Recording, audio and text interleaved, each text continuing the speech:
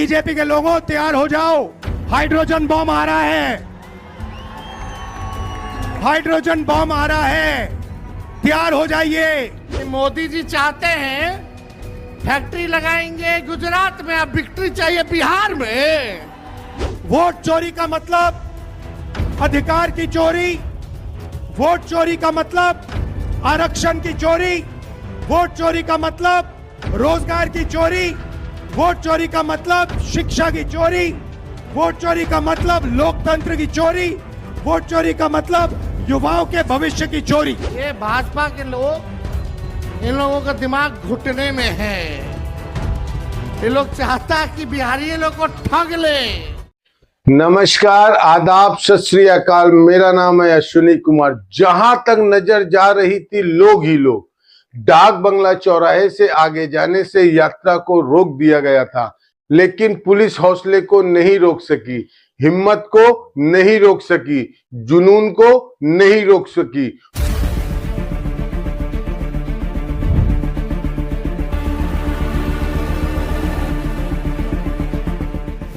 बहुत लंबे समय के बाद बिहार ने ऐसा स्वतः स्फूर्त जुटान देखा है। उत्साह, उम्मीद और विश्वास से लबरेज सत्ता परिवर्तन के इरादे से जुटे यहाँ लोग मानते हैं कि देश का प्रधानमंत्री चोरी के वोट से गद्दी पर बैठा हुआ है।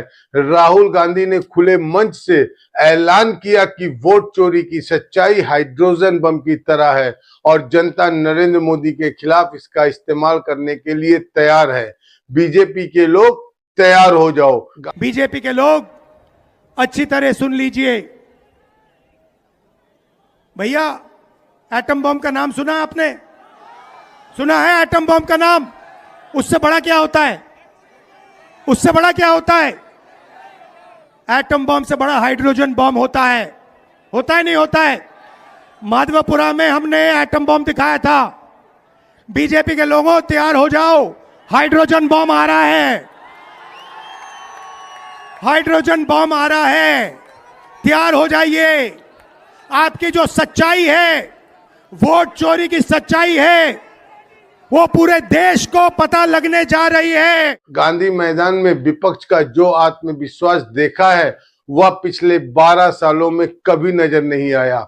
महाराष्ट्र से लेकर झारखंड, तेलंगाना, कर्नाटक और उत्तर प्रदेश, छत्तीसगढ़ तक के नेता मौजूद थे। किसी के चेहरे पर कोई डर नहीं, कोई तनाव नहीं, कोई चिंता नहीं। राहुल गांधी की यात्राओं ने बदलाव की उम्मीद की वह भाषा और जमीन तैयार की है जो विपक्ष भूल चुका था। हाइड्रोजन बम के बाद नरेंद्र मोदी जी अपना चेहरा इस देश को नहीं दिखा पाएंगे।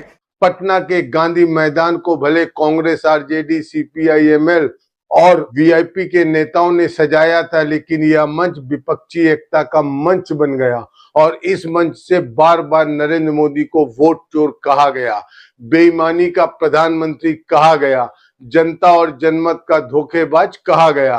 मोदी हमेशा चोरी करने की आदत रखते हैं।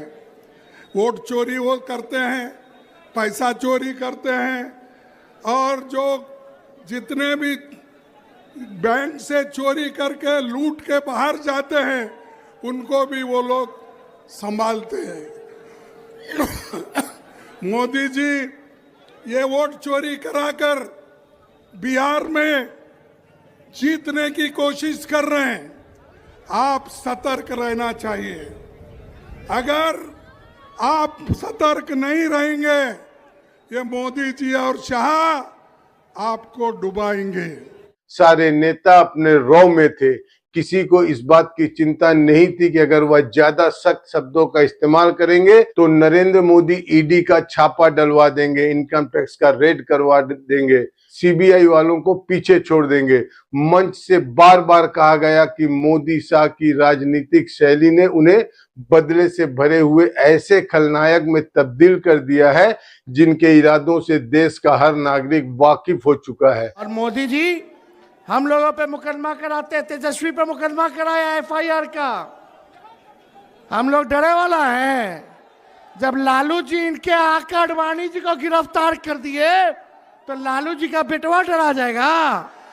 हम लोग एफआईआर वगैरह से डरने वाले नहीं।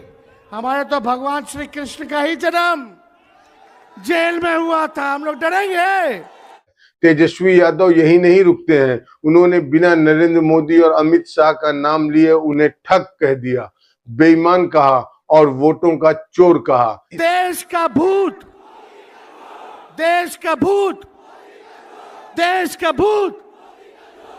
इससे भी एक कदम आगे बढ़ते हुए तेजस्वी ने चुनाव आयोग और भाजपा के इशारे पर गलत काम करने वाले अधिकारियों को चेतावनी देते हुए कहा कि जिन्हें यह लगता है कि वह बचकर निकल जाएंगे तो ऐसा नहीं होने जा रहा है।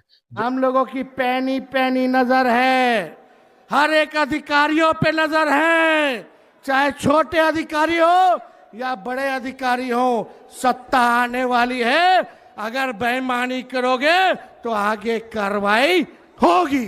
झारखंड के मुख्यमंत्री हेमंत सोरेन ने तो यहां तक कह दिया कि अगर मोदी ने ईडी का इस्तेमाल न किया होता तो लोकसभा चुनाव में झारखंड में भाजपा का खाता नहीं खुलने देते। नरेंद्र मोदी इस बात को जानते थे, इसलिए न केवल एजेंसियों को हमारे पीछे छोड़ दिया बल्कि हमारी पार्टी को भी तोड़ने की कोशिश की। तरह तरह तरीके से वो अपना हथकंडा अपनाते हैं। मुझे भी कई दिनों तक जेल में डाल दिया। लोकसभा हमें जेल से ही अंदर रह के लड़ना पड़ा, नहीं तो आज झारखंड में जिस तरीके से हम लोगों ने पूर्ण बहुमत की सरकार बनाई, लोकसभा में भी उनका खाता नहीं खोलने देते। हर नेता जोश में था, लेकिन सवाल है क्या इस जोश से एक ऐसा जनमत तैयार हो सकता है जो बिहार में 20 साल से जमी हुई सरकार को उखाड़ कर फेंक दे?